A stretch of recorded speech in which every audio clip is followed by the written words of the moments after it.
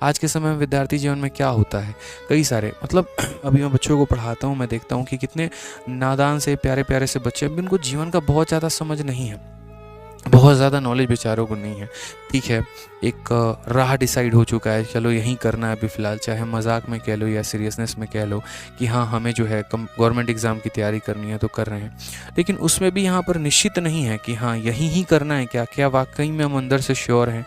क्योंकि जिस दिन आप श्योर हो गए, जिस दिन आपके अंदर से अपनी अंतरात्मा से आवाज़ आ गई ना कि यार मेरे पास जीवन में इसके अलावा कुछ और करने को है भी नहीं, और मेरी रुचि भी खुद शुरू से बचपन से यहीं था, ठीक है, जिस दिन ऐसा हो गया तो उस दिन आप देखना कि आप अपने फील्ड में ही बेहतर करना शुरू कर दोगे।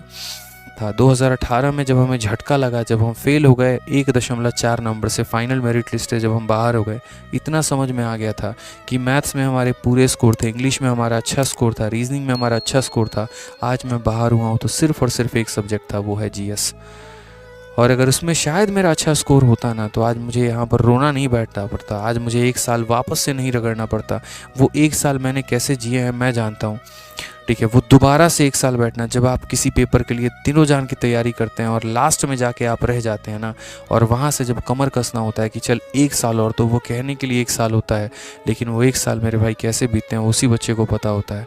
जब यहाँ पर साधन की कमी हो जाती है, पैसे नहीं होते हैं, ठीक है, लोगों के ऊपर से ताने और डबल हो जाते हैं, आप अपना विश्वास ख़त्म कर चुके होते हैं, एक आत्मविश्वास के अंदर कमी आ चुकी होती है कि तुम्हारा होगा भी या नहीं, वैसी स्थिति में एक और साल वो एक साल के बराबर नहीं, वो 10 साल के बराबर होता है। एक पहाड़ सा वो भारी रहता है और उसमें हमें मेहनत करना होता है।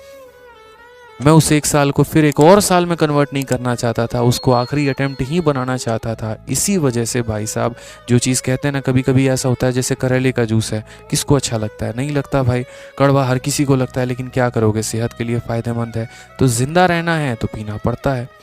सिर्फ हमें स्टफ़ देखना है जो हमें मसालेदार लगता है, जो हमें इंटरेस्टिंग लगता है, जिसमें हमें मज़ा आता है, लेकिन फॉलो करने की जब बात आती है तो 10 कदम सबसे पहले हम लोग पीछे लेते हैं।